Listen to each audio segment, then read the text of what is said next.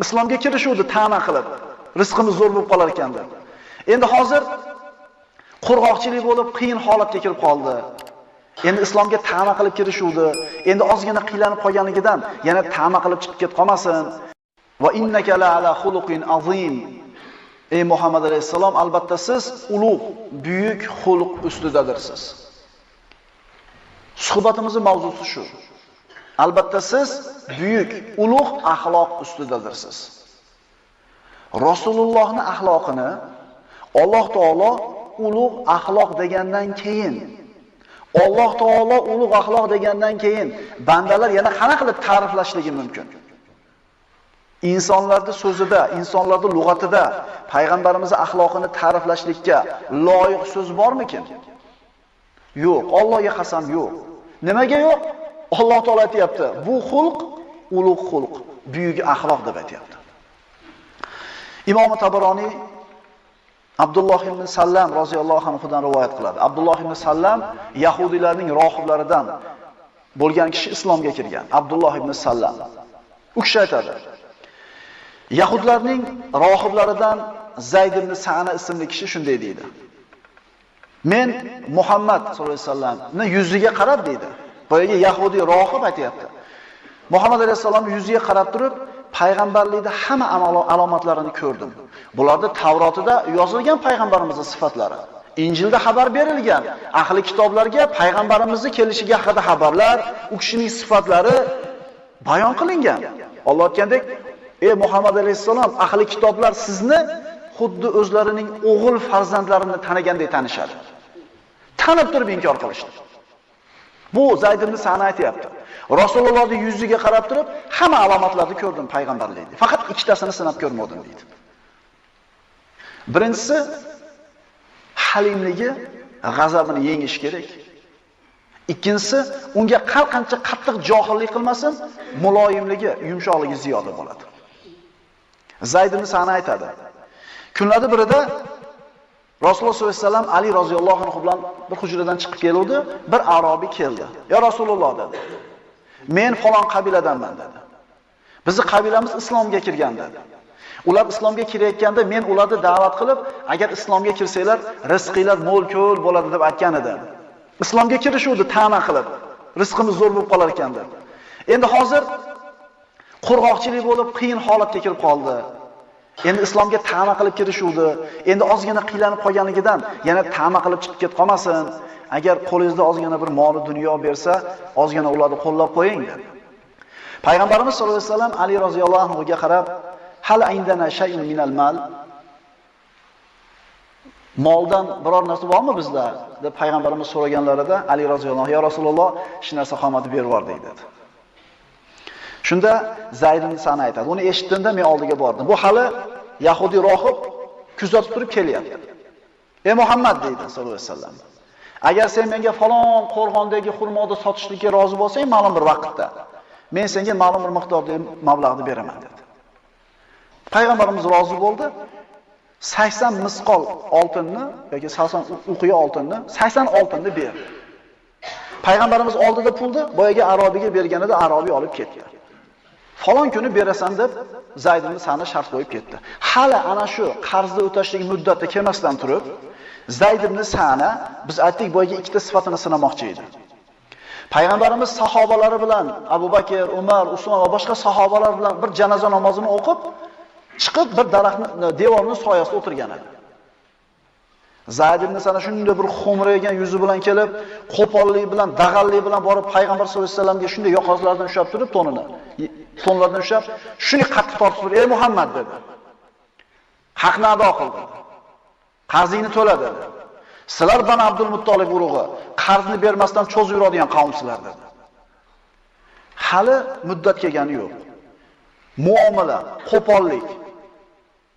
Rasululloh sollallohu alayhi vasallam hech narsa demadilar.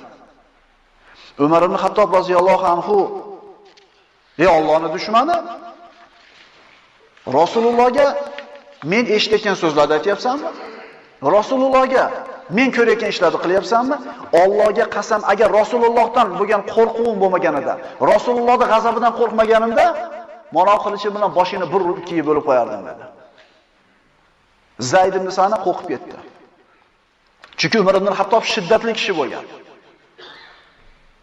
Payg'ambarimiz Umar ibn Hattobga qarab turib, "Ya Umar, laqad kuntu ana va huwa fi hajatin ila ghayri zalik." Ey Umar dedi. Bu bilan men dedi. Men bilan bu qilgan ishingizga emas, boshqa narsaga muhtoj edik. Ya Umar, laqad kana min al-wajibi alayka an ta'murani bi husni al-ada va an ta'murahu bi husni al-talab. Ey Umar, menga qarzni chiroyli ado qilishimni, unga esa chiroyli talab qilishini buyurishingiz lozim edi dedi. Xotirjamlik bilan, sakinat bilan Yahudi rohib bu ulug' axloq oldida dovdirab qoldi. So'ngra aytdiki, "Ey Umar" dedi. "Borib haqqini olib bering. Yana qo'rqitganligingiz uchun 20 so' xurmo qo'shib bering" dedi. Zayd ibn Sana aytadi. Umar meni yetalab olib ketdi deydi. Olib borib haqqimni tortib berdi. Yana 20 so' xurmoni ziyoda qildi. Men aytdim, "Ey Umar, bu 20 so' nima uchun oshiqcha beryapsan?" deganida, Rasululloh sollallohu alayhi vasallam men seni qo'rqitganligim uchun 20 so' ziyoda qilishingni buyurdi dedi. Yahudi rohib bundan ajablanib, "Ey Umar, meni tanimaysan?" dedi. "Kimsan?" deganida, "Men Zayd ibn Sa'naman" dedi. "Ha, Yahudiylarning rohibimisan?" dedi. "Ha" dedi. Umar aytdi, "Unda nima uchun Rasulullohga boyaga gapini gapirib, boyaga muomalani qilding?" dedi. Deganida aytdiki, "Ey Umar" dedi. Rasululloh sollallohu alayhi vasallamning yuziga qarab turib, hamma payg'ambarlik alomatini ko'rgan edim. Faqat ikkitasini sinab ko'rmagan edim. Qaysilar deganida, birinchisi johilligidan, jahlidan halimligi o'zib ketadi. Ikkinchisi unga qattiq qilingan muomala faqat yumshoqligini ziyoda qiladi dedi. Va men seni guvoh qilib aytamanki, ey Umar, ashhadu an la ilaha illalloh va ashhadu anna Muhammadur rasululloh. Islomda qabul qildi. Payg'ambarimiz sollallohu alayhi vasallam deyga bu axloq. Kimimiz chidaymiz bunaqa narsaga? Payg'ambarimiz bu axloqini ta'riflashlikka insoniyatning lug'atida shunday bir munosib so'zlar bormi? Yo'q. Nimaga yo'q? Chunki Alloh taolo bu axloqni buyuk axloq deyapti. Biz ta'riflashlikka ojizmiz. Biz iqtido qilishligimiz kerak, ergashligimiz kerak. Payg'ambarimiz sollallohu alayhi vasallamning axloqiga dalolat qiladigan ishlardan yana biri bu Zohir ibn Harom bilan qilgan muomalasi. Zohir ibn Harom kim edi? Sahro arablardan. Bir qora, oddiy bir cho'pon odam. Iymonga kelgan. Payg'ambarimiz sollallohu alayhi vasallam oldiga qachon kelsa, bir oyda bir keladimi, 2 oyda bir keladimi? Sahrodan topgan narsasini ko'tarib kelib payg'ambarimizga hadya qilib berar edi. Payg'ambarimiz ham unga o'zida bor narsani berib turib, o'rtada chiroyli muomala, ulfatchilik bor edi. Kunlarning birida payg'ambarimiz sollallohu alayhi vasallam uyda yo'q paytida Zohir ibn Harom payg'ambarimiz uyiga keldi. Payg'ambarimizni so'raganida payg'ambarimiz uyda yo'qligini aytishdi, chiqib ketdi. Ozgina vaqtdan keyin Rasululloh sollallohu alayhi vasallam uylariga qaytib kelganlarida Zohir ibn Harom keldi, so'rab, "Ya Rasululloh" deydi ayollar. Ko'chadan charchab kelganingizda damalaydi, telefoningizni ham o'chirib, shuna kirsangiz, "Ey palonchi keluvdi" desa, "Nima kelibdi?"